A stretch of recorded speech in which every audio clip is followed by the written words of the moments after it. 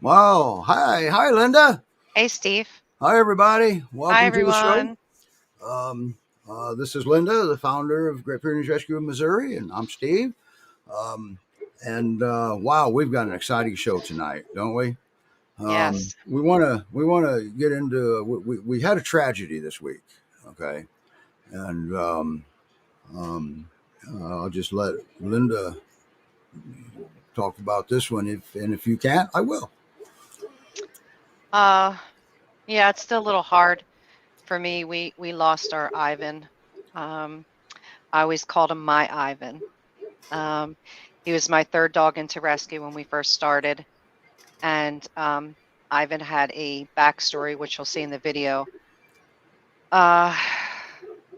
He had a journey with us, Steve, and Yeah. he will be so incredibly missed.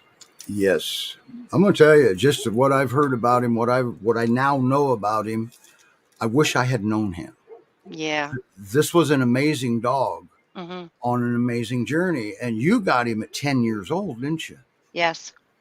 And, I got a call from an elderly woman who couldn't care for him. He had hot spots probably the size of a small dinner plate on his back end. And I took Ivan in and I let her keep him. And I promised her that I would take care of him always. It didn't work out that way. She got sicker and sicker. But Ivan was always going to remain with me.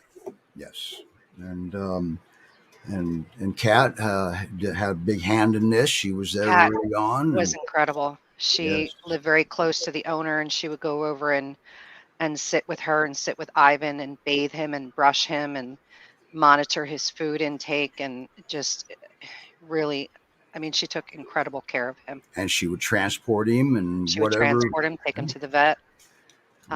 Whatever I needed her to do that I couldn't do, she did for me and for Ivan. Yes. So everybody, let's keep Amanda, the foster mom, and her family in your thoughts. Linda, absolutely. If you know Linda, you know every one of these dogs, whether they're adopted or not, they're her babies. Okay. Yes. They're her babies. So, and then keep Kat in your thoughts. And I mean, there was once again a village. Absolutely. And the rescue was brand new back then. You didn't have fosters. No fosters, available. no funding. Yeah. We didn't have anything. Yeah. So Ivan became Your personal. my personal dog. I loved Ivan as much as I love my own personal dogs at home, and Ken and I always took care of Ivan. Well, we did a tribute video for him, and we'd like to play it, and then we'll go from there. And I think I'll bring Kat up too when we do the video.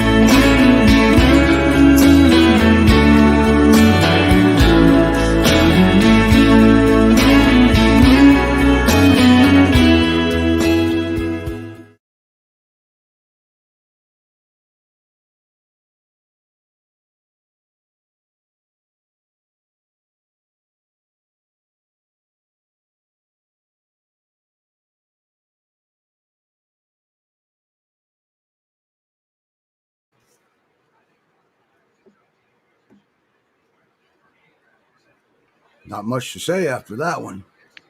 No. So Ivan, I envy everyone that knew him. I do. So He was one of the best.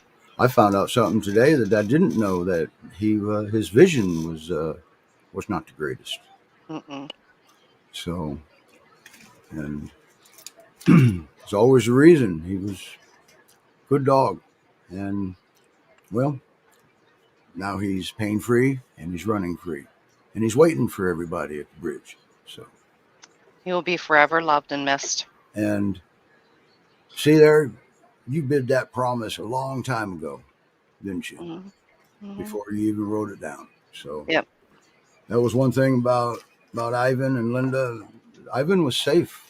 No matter what, they were going to do this. They were going to fix this problem. So, and like I said, like the video said, man, whatever the doctors had to do, they tried to do it. There was no. This came at a great cost. Okay, so maybe in memory of Ivan, maybe make a donation at GPRescue.com. Donate. You know, Steve, I have to say, for founders of rescues, when you have to talk to the vet and you have to give a DNR or CPR, that is the hardest decision you will ever have to make. I can tell you that. You know, so it's not easy on when the decisions have to come down to the rescue and the founders or the board of directors or whatever it is that you have on a dog like Ivan or any dog. So I think the most awful part of that night for me was making that decision for Ivan. And I had decided to let Ivan go. I didn't want to put him through anymore. He had been through enough already his whole life. And if I could give him this, I was going to give it to him. You've got a lot of people in your corner here, Linda. Lori, hi, Lori. Lori's in New York. She has Mr. Tibbs. And another lady that doesn't give up. Sharon, thank you. Thank you, everybody, for coming on. And it's a big loss. Anytime you lose any of your dogs, this is a big loss. It's huge. When we have to, as a personal owner of a dog, we have to make a decision at our vet every once in a while.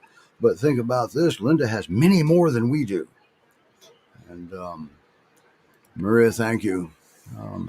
I just want to say, Linda, throughout Ivan's time with her, many times she took out of her own pocket to make sure Ivan had what he needed. Make sure that his vet bills were paid and that he had the medications he needed. And that's what we do here. That's what Linda does here. That was her dog. Rescue, remember the video said there was no funding. Came from somewhere. Came from her and Ken. Thank you, Ken. Thank you, Linda. So now, thank you everybody for coming on. Gloria, I haven't seen your name in a while out here. But thank you everybody. Gloria, it's great to see you out here. So we do have a very good show coming up here. And we want to just moving on. Are we moving on now, Linda? Yes. Let's go on a happy note. Okay? Yeah. Yes. All right, here we go. So everybody remembers last week, Buddy and Snowflake. Okay. Does anybody remember where we left off? We left off in Glenn's sleeping quarters. Okay, and Buddy and Snowflake's on the beds. But Glenn was cozy. He said that. And they were saying goodbye to the Scott Shady Court Motel. And if you remember right, Buddy and Snowflake rated it 5 stars. Okay. So I think what we're going to do is just pick up right where we left off, aren't we? Yes. So remember I told you everybody there was a part 3 to the videos, and here we go. And we're going to have a surprise when the video ends.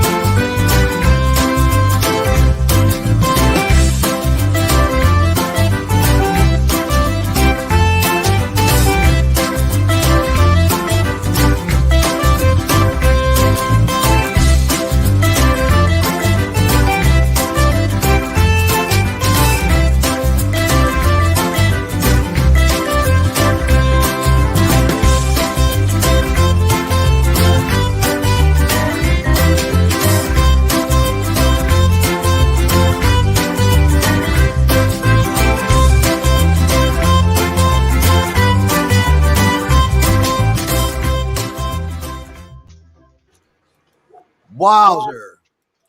Look who we have here. Who do we have here? I think we're muted. Let me get you unmuted here. I'm sorry. There you go. All right. So who is this? So this is Snowflake. We got Buddy coming. So Wow. Buddy, they're both in from outside. Come here, Buddy. Come in. You want to say hi to There everyone? they are. Buddy. Snowflake is very happy to be on camera, but Buddy's a little upset that he's not out with his herd. Here, boy. Everybody, I'd like you to meet Roland and Ariel. Is that correct? I got it right? Yeah, and we have Yes. Sydney. Right. We have Sydney here as well, and Okay. Juliana's around somewhere. And you folks had Odin the hero dog, didn't you? Yes, Odin and Tessa. Odin and Tessa. And for the people that don't remember, or maybe have never heard of it, Odin kind of became a hero a few years ago, didn't he?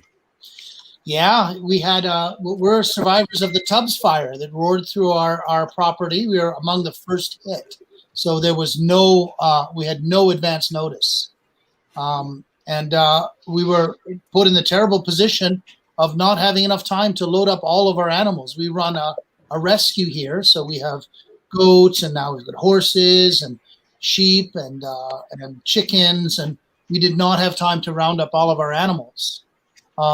But we wanted to take Odin and his sister Tessa, and Odin, just a puppy, just flat out refused to come with us. And time was so pressing, we had to make the terrible decision to trust him and leave him with his goats. And surely we did. And when I came back a few days later with some shovels to put everyone to rest. We did not anticipate anybody could have lived through that. Our neighbors didn't make it through, and they're humans. Against all odds, we saw Odin.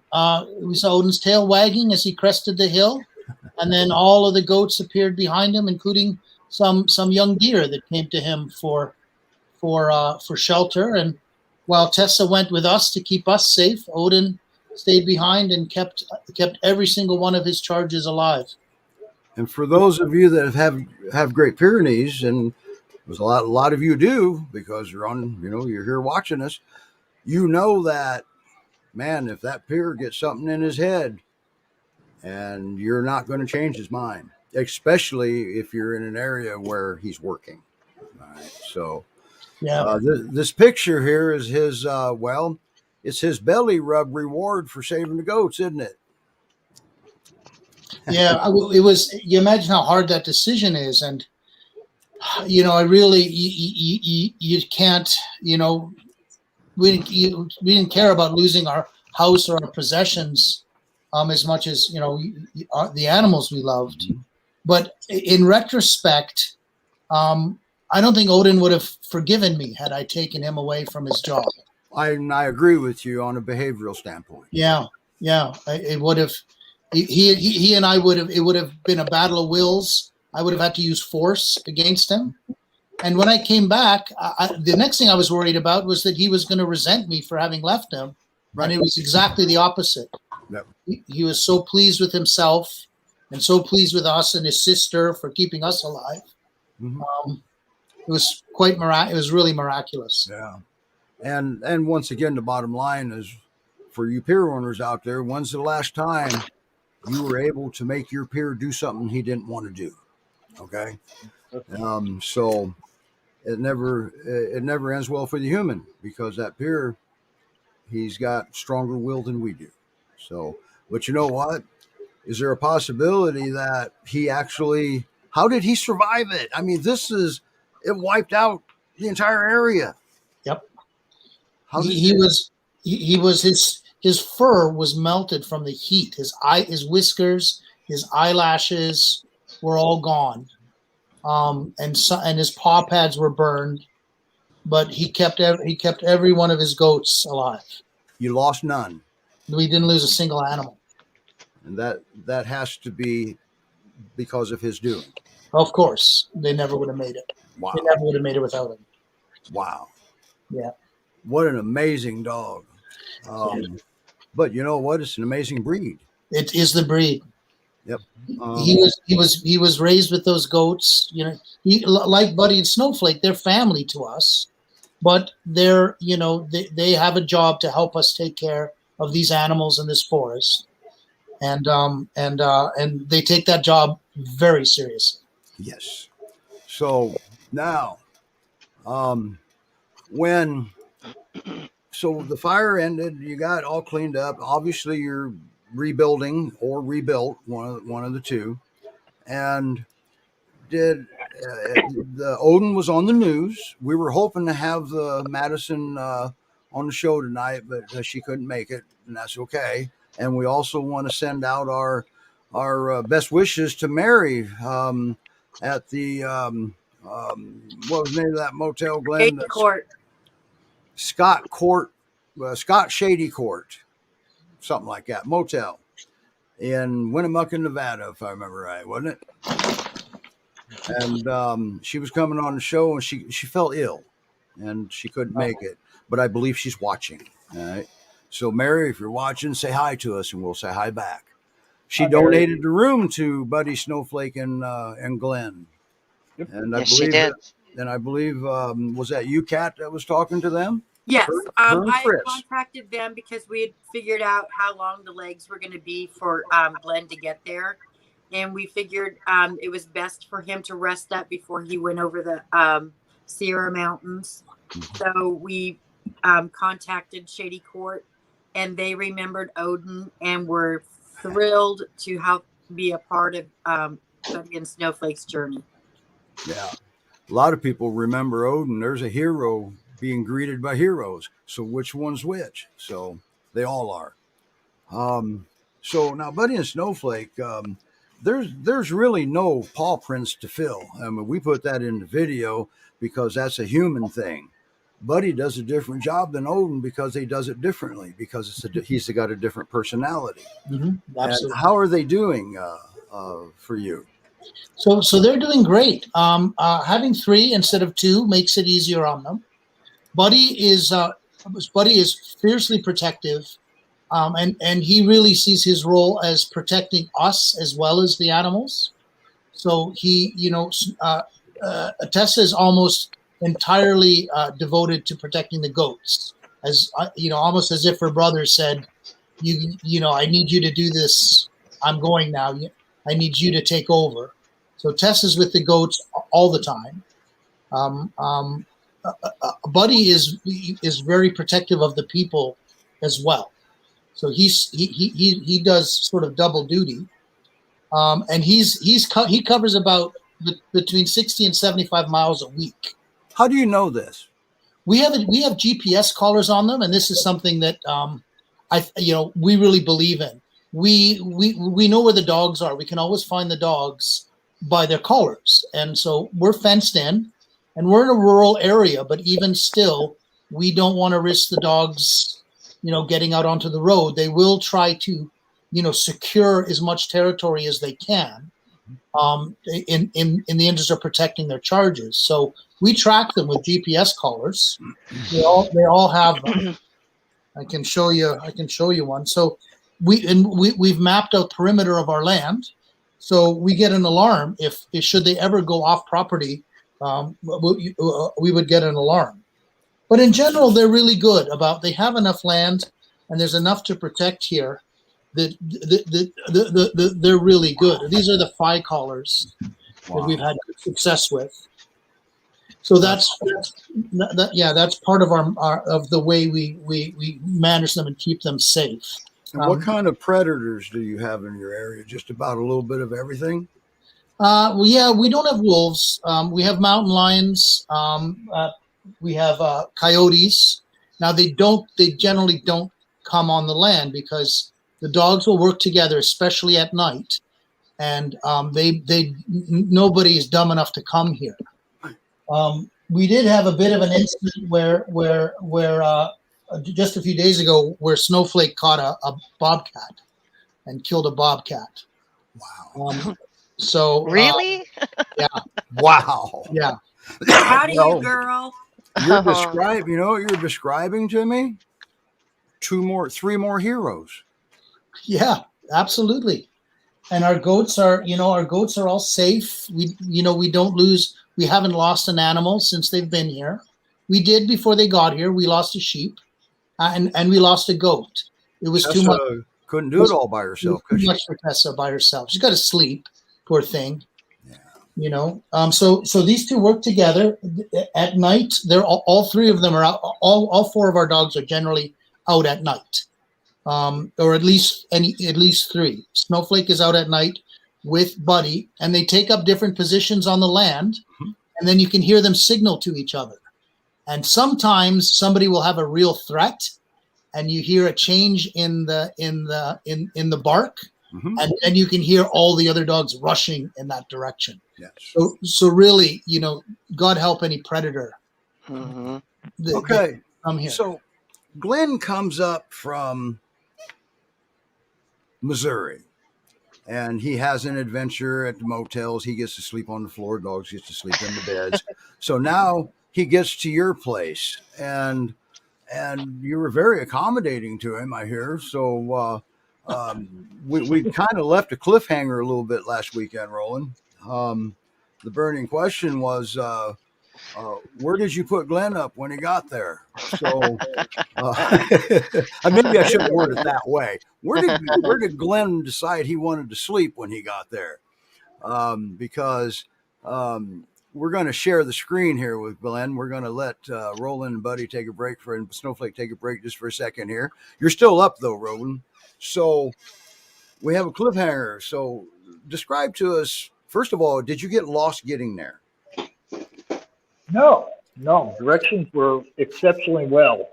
I was able to drive right up to their location, and Ariel and Roland met me right out at their front gate.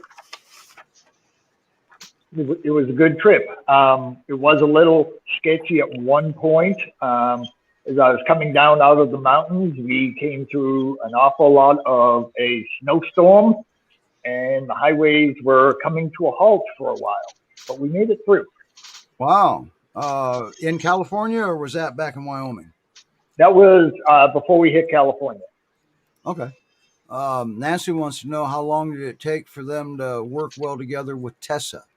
I think we're going to get into that here pretty soon. Nancy, that was one of the questions I had asked earlier too, before we went on the air. So, but anyway, go on, Glenn. But got there, was very accommodating. It was like we had known each other for a long time. They welcomed me with open arms into their place.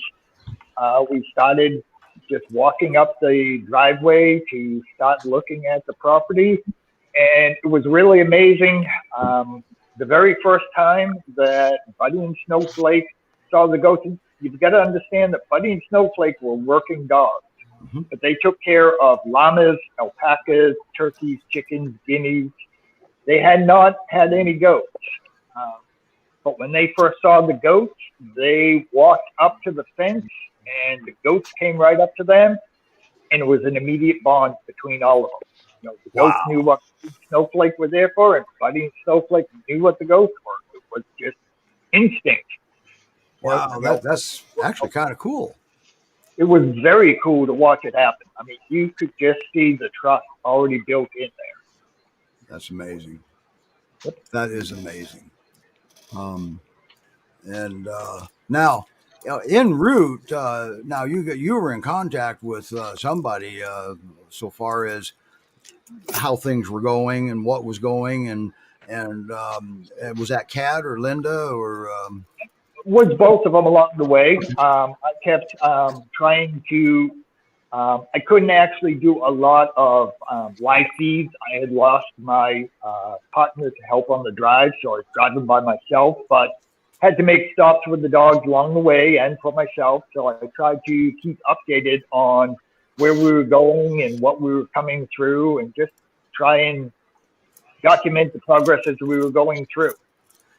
Were you on the schedule you wanted to be on when you got there? Yes. Nice yes. work.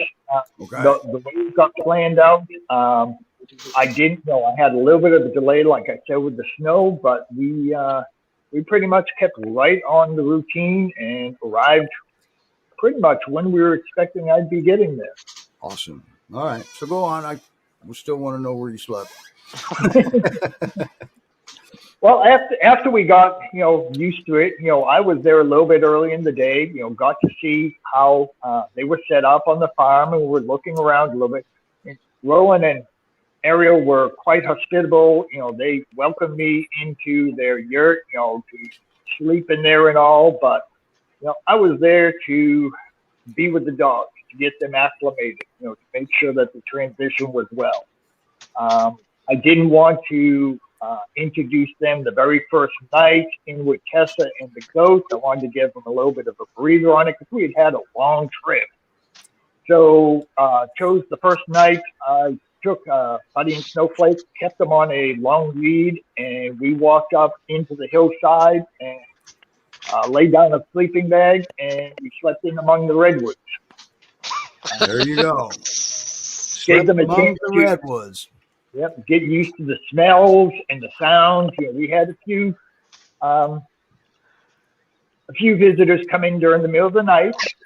Both of them went on alert, warned me, basically surrounded me, so that I was safe during it. Was very uneventful. Once they made known that they were there, nothing came in close. So what Glenn had done was, some of you that's been watching us early on, if you remember, we had Natalie Thurman on early on from Northwest Guardians, and she had a question, and part of the answer was that you have to train these dogs to do this. All right, that's what Glenn was doing. He kept the familiarity. He was the familiar person because you had them 5 months, 6 months, and roughly. Yeah, and you were the familiar person. All right. So them warming right up to the goats somewhere in their life, that maybe they were around goats before. We don't know, but not at that last farm. Right. But but it wasn't the first night. It wasn't. I mean, you were there 2 or 3 nights, weren't you? So go on. I was there a total of 4 days. After we got up the next day, we made our rounds. We had breakfast. We started exploring, and at that point, we had taken the dogs out into the goat fields. And one of the very first things the dogs did is started walking the perimeter fencing. Okay. They started finding the boundaries. They started sniffing out anything that had been coming in during the night. They were remarking what was going to be their territory. So it was just a day of letting them unwind from the trip, get used to everything that was going on. There was wonderful people throughout the whole place. Everyone was, just very accommodating and very loving of Buddy and Snowflake. And they were a little, not apprehensive, they were a little on guard on each new person that they were meeting, but it worked out really well. When it came down to, the second night, again, I was offered, the dogs could come in with me, they could stay outside, I have a comfortable, place to sleep in the yurt. And I thought that it was, time to do the next step. So, I made sure that, Roland was comfortable with what my plan was going to be. And this time we went out in the middle of the field, and I laid down a sleeping bag, and Buddy and Snowflake slept next to me. We were in among the goat herd, and the goats just pretty much, surrounded us, and the dogs would every once in a while get up and check on smells and noises, but they always came back to stay next to me. They were still guarding me as much as they were guarding the goats, but it was just the next step of getting them used to what went on at the property. Get them used to being out at night with the goats. Right. For the folks that own the companion dogs, excuse me just a second, Glenn. Sure. This is a different life. Okay. Now, this is not a bad life. There's a lot of people that misunderstand what happens on a farm. Okay. For Roland, for all practical purposes, you're a farmer, aren't you, Roland? we certainly run a lot of land, and we have a lot of animals. We don't profit. This isn't how Right. we make our living. Okay. Yeah, but a lot of these animals are from agriculture. Right. And well, those are two farm dogs right there, Buddy and Snowflake. Yep.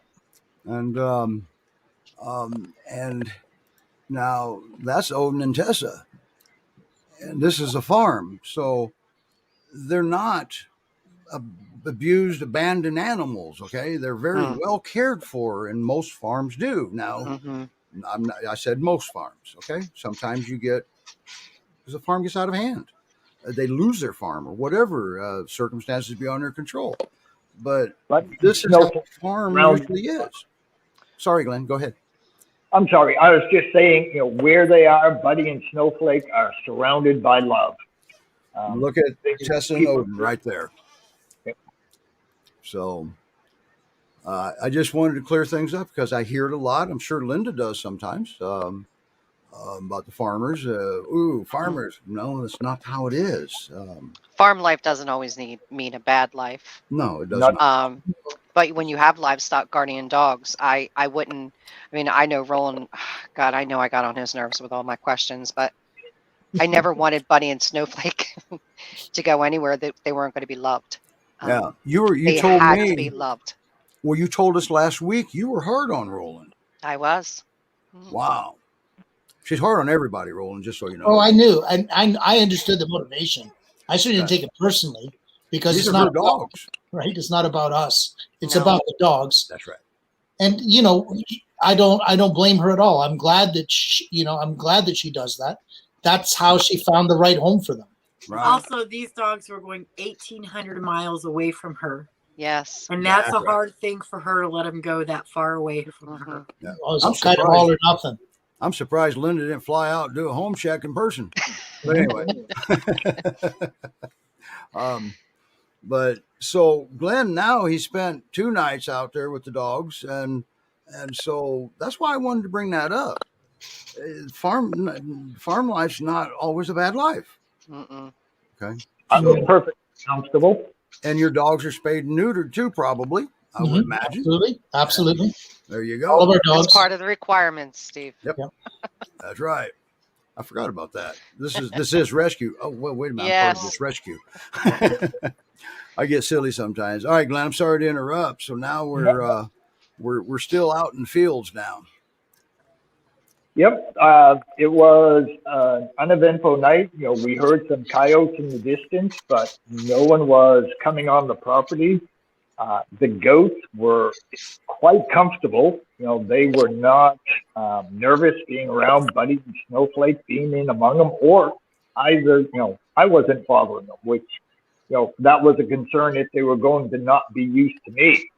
But it just all fell in that night. We just worked, each day we took a little bit step further, and, just slowly introduced, and the dogs they picked up on this place and picked up with the people wonderfully. Yeah, I saw some video where Roland was involved in this also, and I believe Ariel was too. We see her arm. Yes. She really was involved more than her arm, but and I It- heard a lot of Ariel from Linda and Kat. She's involved quite a bit, isn't she? Very much so. Yes. It wasn't me with the dogs. It was, Roland and Ariel, and everyone there was taking an active part in making sure that this was going to be the best transition for them. I think I couldn't have done it by Snowflake's myself. doing pretty decent trans here. Look at that face. Yeah. That face. Oh, She's Well, they have. baby. Go ahead. I'm sorry. I'd like to believe that they have it all here. They have an opportunity to do what they're meant to do. They have a sense of purpose and fulfillment. Mhm. They have a very healthy life. mhm. They've got safety. Their fence is secured. They have a secure fence. They have safety, and they get as much love as they want. There you go. So they're still companion dogs. I know some farmers just they'll drive their truck out and dump a bunch of food on the ground once a day, and that's a different type of working dog than Buddy and Snowflake. You know, we don't. Again, we're not that kind of farm, and You reward your dogs for doing a good job. yeah, they're part of our family. Yeah, It's part of it is the joy of being their companion. Right? That's Yeah. right. yeah, you got it going on. I heard Glenn say, "Well, he wants to go back." We had a good time. Yeah. And You it got was the transition it couldn't have been better. By the time Glenn left, you know, people always underestimate the intelligence of dogs. They understood exactly what was happening. They understood. I'm convinced that by the first night, they understood why Glenn was here and what he was doing for them, because the dogs took that time to become comfortable. And when Glenn left, you know, of course, you could see they missed him, and they were distraught that he was gone. But they weren't anxious or they didn't display a lot of anxiety or discomfort. No separation anxiety is what you're saying. They understood what Glenn was asking them to do. Yep. They understood what Glenn did for them, and they understood that this was their home now, and they had a job here, and you know, and they understood the intention in all of this. So I don't think it could have worked out much better. I really don't think it could have worked out much better for these dogs. I don't think so either. But can you tell a city boy what a yurt is for me, please? So we live in a round house. We lost we lost all of our structures in the fire. We had a big 5-story house. We replaced it with this round yurt. I don't know if we can. I like this house better than any I've ever had. It's all hand built. Like a giant igloo? It's very much like a giant igloo. Okay, there you go. And yeah, we love it because it's everything we need. Actually, I knew what a yurt was. My wife had asked me when she was reading the story. We live in a cornfield. It gives us more money to focus on outbuildings and, right. and you know what our real goal is here, right. was to take care of this forest and right. take care of all Can this. I just say one thing? The Sure. one thing I loved about Roland and Ariel was that the first thing they did after the fire was not to secure housing for themselves, but to build a well so that their animals had water. Yeah. And the fence. Yeah. And their fence. And their fence. Yeah. Yeah. That yeah. And then we have people that, well, they got to surrender their dog. Never mind. I won't go there. And that's the kind of people you want to rescue your dogs. Adopt your dogs. Absolutely. Just like Roland and Ariel. Absolutely. I agree. Now, you mentioned that the farm is not your income. So what supports the farm? I'm an electrical engineer. So I still work. I came to Silicon Valley to work in the Valley at high tech. So I still work from home, but we have a number of people who live here. We all live together to rebuild and build and take care of this place. So it's a little bit of a commune of people sort of who are like-minded. Our goal is to have a very eco-conscious, to live very eco-consciously and sustainably, and to protect this really sort of this land and so you work, earn money, and that's what supports the farm. Yeah. Okay. I understand. Wow. That's pretty cool. It's quite a blessing. Now here's what I was under the impression. Now you said it's, a lot of families living there. You guys are rebuilding like a commune, but I kind of personally I thought it was more like a farm instead of a commune. Yeah. It's more of we call it Avalon Woods. It's more of a sanctuary because almost all of our animals are rescues, either agricultural rejects. We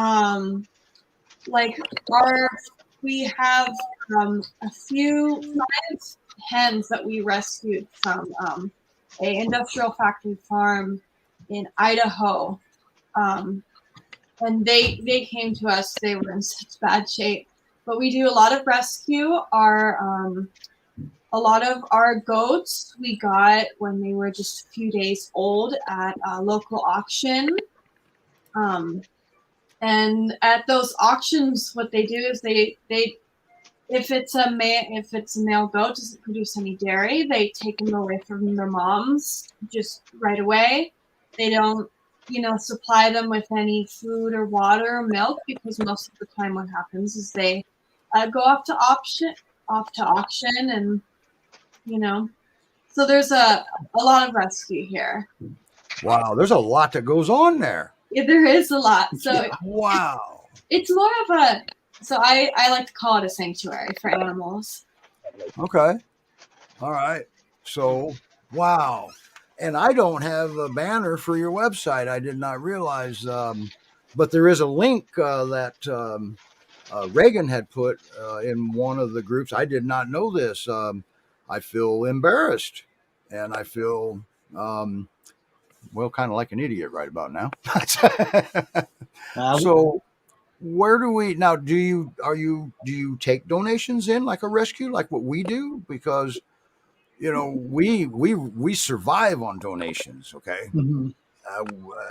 Donations make everything possible, and then the Glens and the Cats and all of the volunteers, they all make it happen. And so you don't do donations, you just self-supporting. We're self-supporting, at least right now.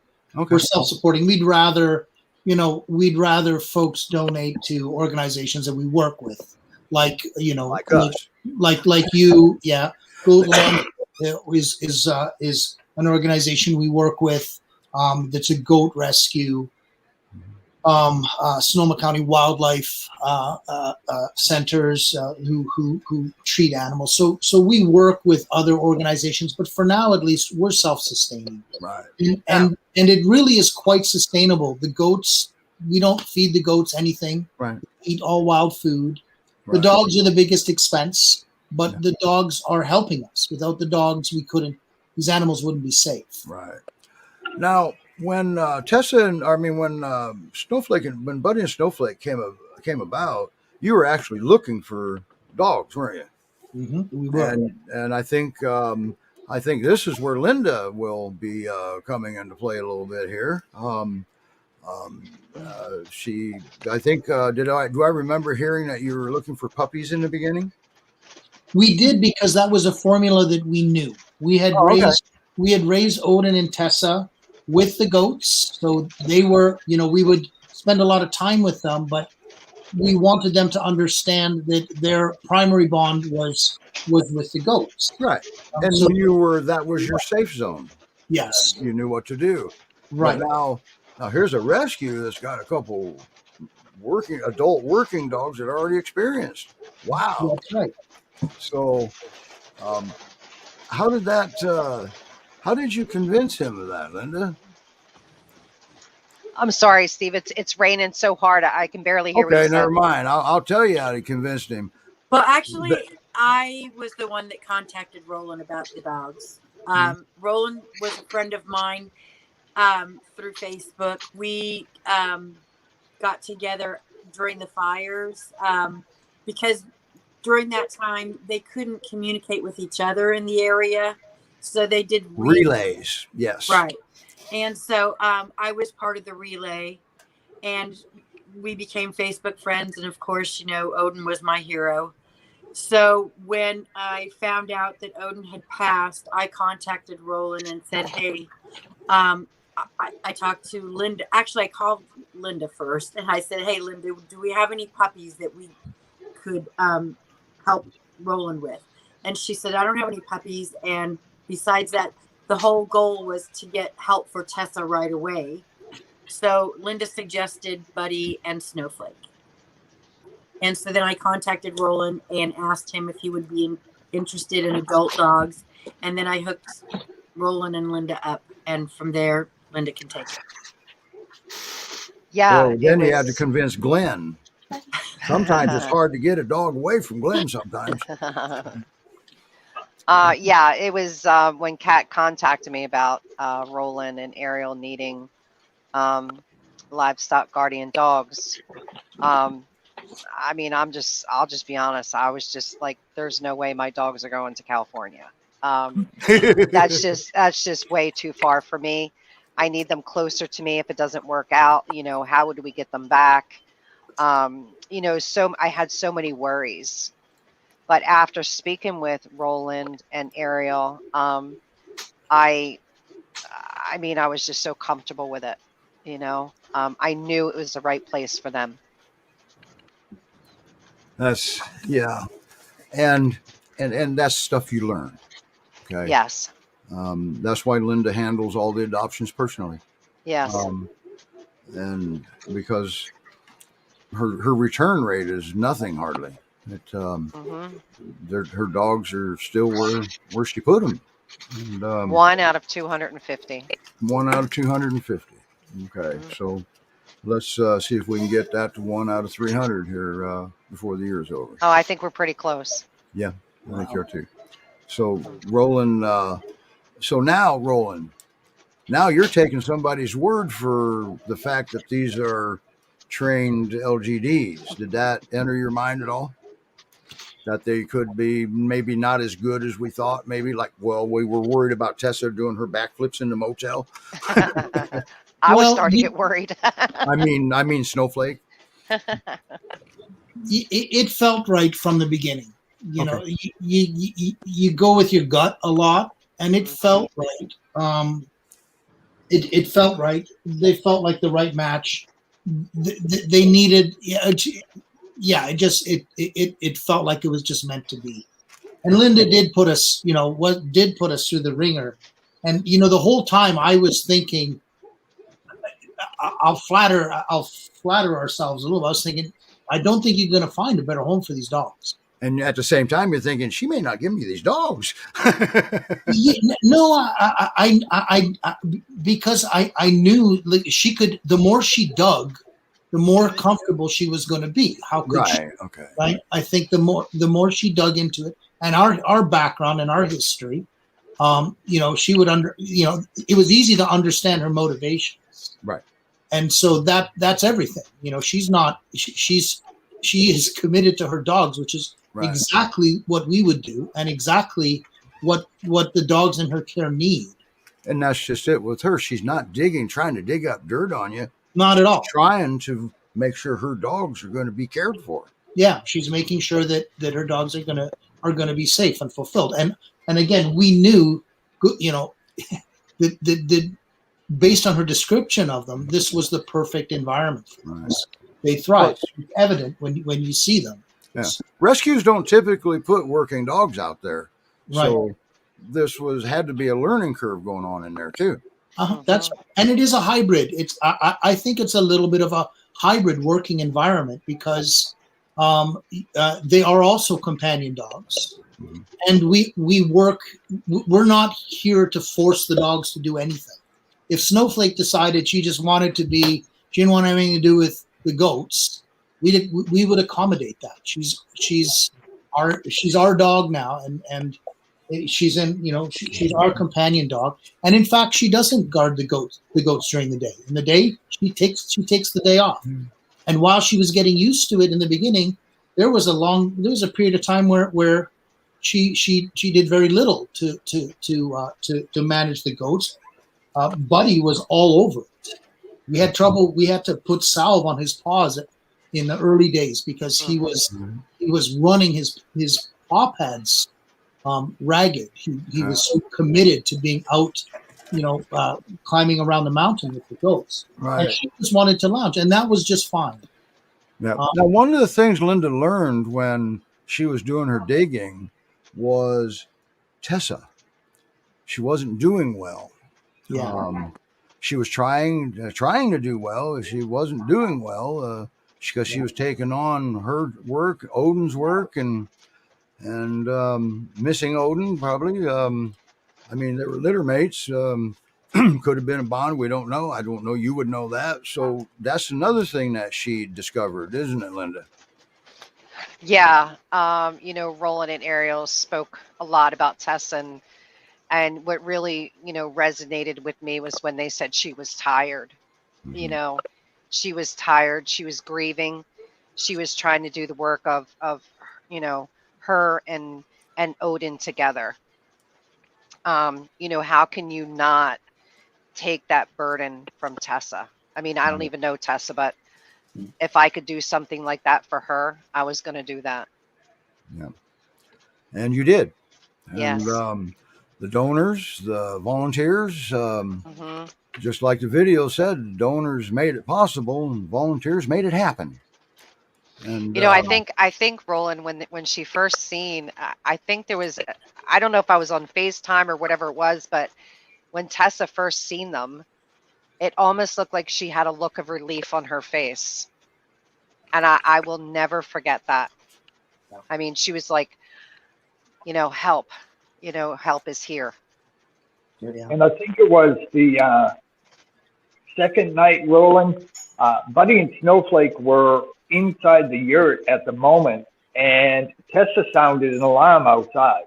Mm-hmm. And the two of them just tore out the back door, picked up their spots, their barking joined in with hers, and they just joined right in with her. Yeah. wow. Yeah. Wow. It was meant to be, Steve. Yeah. Now you had some rain last week, didn't you? Yeah, and now we're in a And I asked for pictures, didn't I? Yes. Yeah. And you sent me pictures, didn't you? Yes, I did. Ariel did, yeah. And I said, it didn't matter. These dogs, we get it. That is probably these two pictures right here are probably my two favorite pictures of Buddy I've ever seen. Yeah. Okay. Yeah. And That's I told amazing. Glenn he forgot to dry him off when he bathed him before he left. He's got an amazing coat. And anybody that has a pier, have you ever, the meme on Facebook where the dog's laying in the mud puddle and the little caption says, "Next stop the sofa"? Mm-hmm. Well, have you ever noticed that when your muddy pier comes in and kind of curls up, where you put him in the mud room or whatever, and then they wake up a few hours later and the mud's all gone. Yeah. They're kind of Self-cleaners. self-cleaning. Yes. So, And they have places to go for shelter. If they're out in the rain, it's because that's where they want to be. absolutely. Exactly. And if they need shelter, they'll take it. Mm-hmm. They're a very smart breed. They know how to think about that. So, wow, this has been an hour already. Yeah. Wow, ain't this something? When you said Mhm. that, I got to bring this up because Natalie will laugh with us. You said that they are companion and working dogs. For sure. Usually, you can't have that. It's one or the other. All right. I don't believe that. And No. well, in a way, it is. I Some agree. of that is true. Okay. They're going to work first, and this is the reward for doing a good job. Yeah. You'll see that in France. So, The best way to have a working dog is to have a relationship with I agree. that dog. Yes. I agree. Yes. Working dogs should be leash trained also. I We're agree. going to get them to the vet.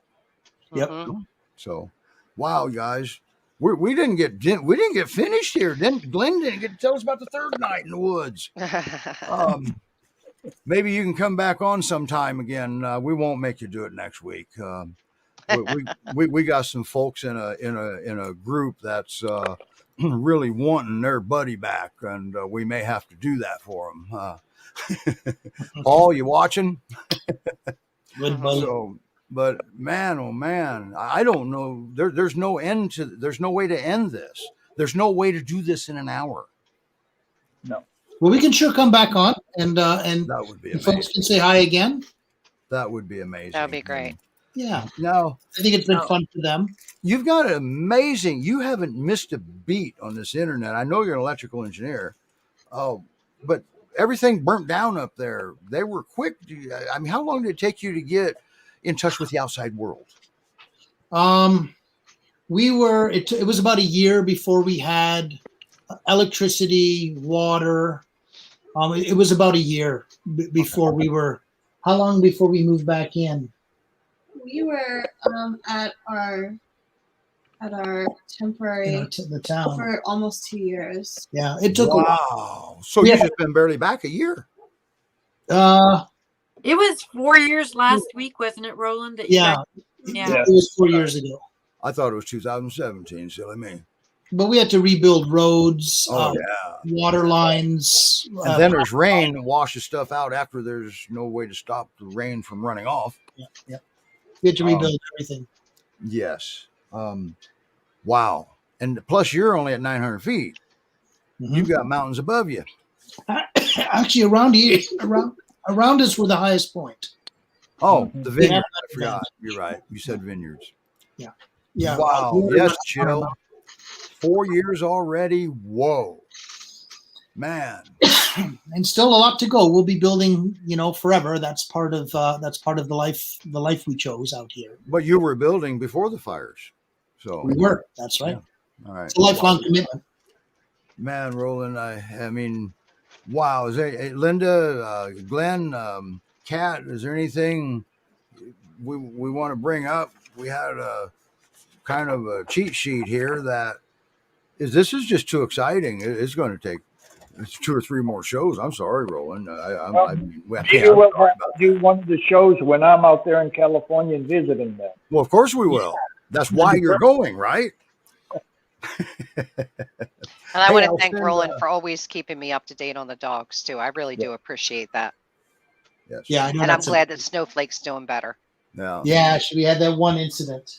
Yes. And everybody that's watching, you can follow Buddy and Snowflake at facebook.com/Ode to Odin. We're streaming there right now. You going to let us continue to stream there, Roland? You bet. All right, thank you. And we promise we'll be nice. All right. Thank you We so much. owe you a debt of gratitude, all of us here, Buddy and Snowflake too. So, Man, you guys have just done some amazing things out there, and you've been through hell and back, and you're still doing it. You haven't. It's almost like you didn't miss a beat. well, we didn't lose the animals. I mean, you didn't lose any animals. So We just where picked up. were the animals those 2 years with you when the fires They went were, out? they were in a sanctuary for a while. Another sanctuary stepped up, and they stayed at Goatlandia, where they had their own sort of pasture. But and that was a godsend. That allowed us to get back. But they belonged. Can I just ask you really quick? Didn't the fawns stay at that sanctuary too? No, the fawns dispersed. The fawns dispersed. We didn't find a single downed deer on our land, which was bizarre. The roadways were littered with upturned rib cages from. I saw a picture of a snake coming out of the burnt area. Yeah, it was the devastation to the impact on wildlife is really hard to imagine. But yet Odin brought your goats through it. Yeah, and some fawns. Some fawns came to him, and they ran off. They did, wherever they went, they didn't perish on our land because we didn't find a single one, which was And you really. have a lot of land, don't you? We've got about 35 acres, but it's wild. It's mostly wildland. Okay. It's dense forest and redwoods, and Wow. it's pretty densely forested. That's amazing. That's just, I just wish I could be Glenn's co-pilot, but it would take me a couple of days to get to Glenn. So, Roland and Ariel, thank you so much for everything that you do. Thanks, guys. Thank you guys very are much. doing good things up there that a lot of people don't know about, like me. I mean, And Roland, you have a Facebook page also, correct? Yeah, we do. Avalon Woods has a page that we sort of update. Yeah, but for us, it's a labor of love. This is, it's a very fulfilling life. I'll certainly say that. Keeps you busy, and it's really we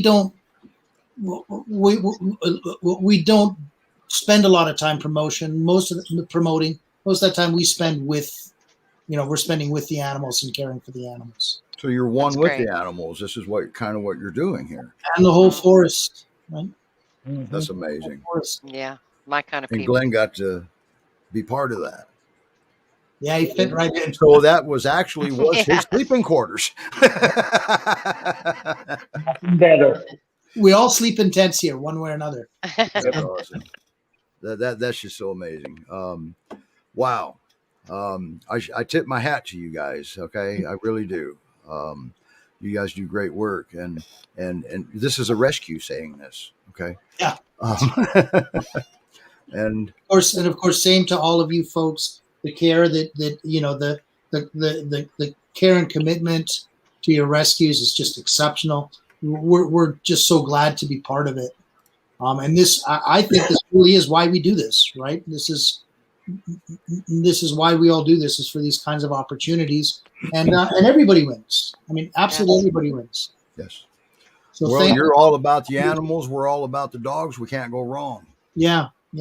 There's I don't think anybody ever, at the end of anybody's life, they never regret the kindness they showed to others. So Yes. I will. Next time you come on, and hopefully it'll be soon, but you got to be able to have the time yourself. I understand I know you're very busy. You're an electrical engineer. I used to be an electrical contractor. Mhm. All right. So we will be more prepared. I will have your website up on a banner. I will have your Facebook on a banner for you.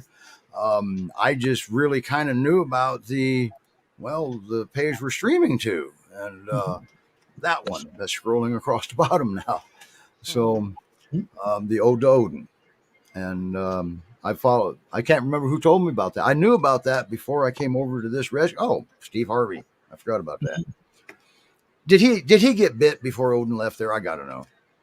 no, he didn't. Well, he was getting close there on camera. It was, and Odin was still traumatized. We were days out of the fire. He showed great restraint. Man, He's a good boy. Odin is such. I'm a behaviorist, and I'm watching this. I'm watching him. I'm watching your actions too, and I'm watching Steve Harvey knows nothing what he's got going on here. And He was intimidating. clueless. Yeah, No he offense, Steve Harvey, in case you're watching. I might be in trouble. You know that, Roland. he was visibly intimidated by Odin. Yeah. Yeah. Well, yeah, because he kept intimidating Roland. Odin Kept flooding is. him. Odin. Yeah, Odin was afraid of nothing. He was no other dogs. Right. He was absolutely without fear. Where did you go for that set? They flew us to Georgia? no, it's in LA. Oh, No, okay. they flew us. We drove to LA. I had one pair of underwear. We were right out of the fires, wearing donated clothes. They're And farmers, okay, folks? Yeah. We showed up at this hotel where they had a room for Odin, or they had this Odin's in this, we're in this room, this hotel room that's $2,500 a night or something ridiculous like that. And we're covered in goat poop and soot. You left a good impression. They parted all the beautiful rich people so we could walk. It was quite a experience. Oh, God, I wish I could have been there with a camera. There were people on that show. If you didn't include our land, there were people in the line for the hotel room whose sunglasses cost more than everything we owned at that time. Yeah, you're probably right. And because that's wow. And why did Steve Harvey say he wanted to have Odin on? For the exposure for Odin, or to expose what you do? They have a human interest. I guess they have a feel-good human interest spot that somebody saw Odin's story. Okay. We were written up in newspapers in Shanghai. Right. Madison, the Sacramento paper with Madison. I can't remember her last name. Kat. Wade, Thank you. We had contacted her. She apparently schedules clashed, but we're going to try to get her on. And I'd like to see her again. she covered Odin extensively. Yeah. By the way, a local Dayton TV station out here in Ohio covered it too, because I told them about it and they aired it. Yeah. So he made it out here. everybody that owns a Great Pyrenees knew about Odin. Yeah. How did you not know about Odin? Yeah, it was part of the Great Pyrenees community. Everyone knew Odin. So he made it around the world, I'm sure. He did. Yep. So All right, guys. Thank you so much for 10 minutes overtime. Thanks, guys. And we can't afford to pay overtime. Sorry. Thank you Wow. very much, everybody. Man, there we have it. Man, what a show. Sheesh. Thank you guys for coming on. And man, Kat and Glenn, boy, you go out there. I'm going to have to send a little bit of equipment with you now. Well, hey, man, he's an electrical engineer. I shouldn't have to send anything. Yeah. So- I think covered. Next week, we don't have a clue what we're going to do we? Okay, there you have it. So, and it's a lot of fun now. Tune in. Tune in. Absolutely. Tune in to we have no idea. You had to tune in to find out where Glenn slept. Okay. And thank you, Jill. Jill's been giving us a lot of nice comments throughout Yes, the show. she has. Thanks, Okay. Jill. And so has Lori. Everybody has. And Sharon and Sharon. Nancy. Nancy is the greatest. Everybody's the greatest. And thank you guys for watching. And we hope you continue because we're not going to stop this. Not that I know of. Boss lady hasn't fired me yet. Anyway, Not yet. I better wash my mouth here. All right, everybody. Next week, 8 o'clock Central Time, 6 o'clock. It's a surprise. 6 o'clock, Buddy and Snowflake time. All right. Bye, everybody. All right, Have a guys. good night. Bye.